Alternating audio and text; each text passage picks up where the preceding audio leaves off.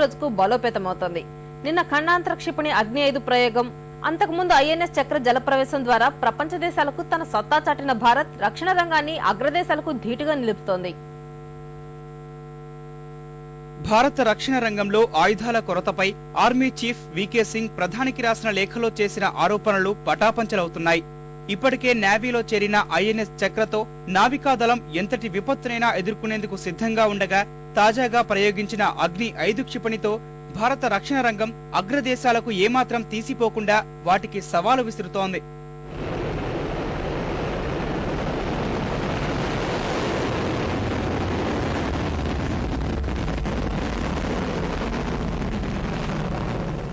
పదిహేడు మీటర్ల పొడవు, 2 మీటర్ల వెడల్పు, 50 టన్నుల బరువు కలిగిన అగ్ని-5 టన్నుకు పైగా అణ్వాయుధాలను మోసుకుపోగలదు. 3 దశల ఇంధనంతో పనిచేసే ఈ క్షిపణి 5000 కిలోమీటర్ల పరిధిలోని లక్ష్యాలను ఛేదించగలదు. అగ్ని-5 విజయవంతం కావడంతో ఇలాంటి ఖండాంతర క్షిపణులు కలిగి ఉన్న అమెరికా, రష్యా, బ్రిటన్, ఫ్రాన్స్, చైనాల సరసన భారత్ కూడా చేరింది.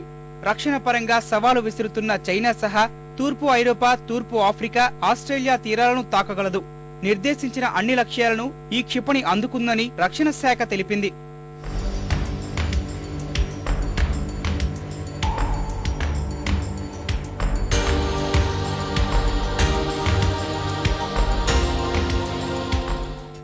నేవీలో ఐఎన్ఎస్ చక్ర, వాయుసేనలో అగ్ని-5 భారత సైన్యం వద్ద ఉన్న ప్రధాన ఆయుధాలుగా అభివర్ణించవచ్చు.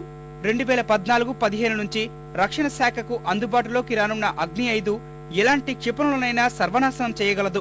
ఈశాన్య భారతంలో యుద్ధాలకు కాలు దువ్వే చైనాలోని ఏ నగరాన్నైనా అగ్ని-5 నాశనం చేయగలదు.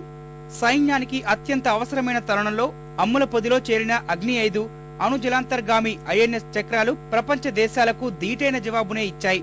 మరో జలాంతర్గామి ఐఎన్ఎస్ అరిహంత్ ఉపరితలం నుంచి 700 కిలోమీటర్ల వరకు క్షిపణులను ప్రయోగించడం ద్వారా శత్రు దేశాల నౌకలను అంతమొందించవచ్చు.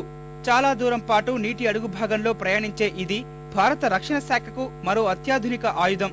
అలాగే 44,500 టన్నుల బరువును మోసుకెళ్లే సామర్థ్యంతో 2013లో రష్యా సహకారంతో ఐఎన్ఎస్ విక్రమాదిత్యను ప్రవేశపెట్టేందుకు నావికాదళం సిద్ధమైంది. దీంతో పాటు ఈ దశాబ్దం చివరి నాటికి ముంబై మాజగాన్ డాక్యార్డ్స్ కేంద్రంగా ఫ్రెంచ్ సాంకేతికతో ఓ జలాంతర్గామి, భారత ప్రాజెక్టు 75 పేరిట మరో 5 జలాంతర్గాములను భారత జలాల్లో నింపేందుకు నేవీ తీవ్ర ప్రయత్నం చేస్తోంది. కేరళలోని కొచ్చి షిప్ యార్డ్ వేదికగా 40,000 టన్నుల సామర్థ్యంతో 2015లోగా దేశీయ యుద్ధ విమానాల తయారీకి భారత్ పూనుకుంది. ఇవి నావికా దళానికి అందుబాటులోకి వస్తే ఎలాంటి యుద్ధాలనైనా ఎదుర్కొనేందుకు నేవీ ప్రయత్నాలు మొదలుపెట్టింది. వాయుసేనలో 5వ తరం సుఖోయ్ T-50 యుద్ధ విమానాలను రష్యా సహకారంతో అభివృద్ధి చేయాలని కేంద్రం తలపెట్టింది. 2017 లోపు 250 యుద్ధ విమానాలు తయారు చేయడం ద్వారా వాయుమార్గం మరింత దృఢమవుతుందని చెబుతోంది.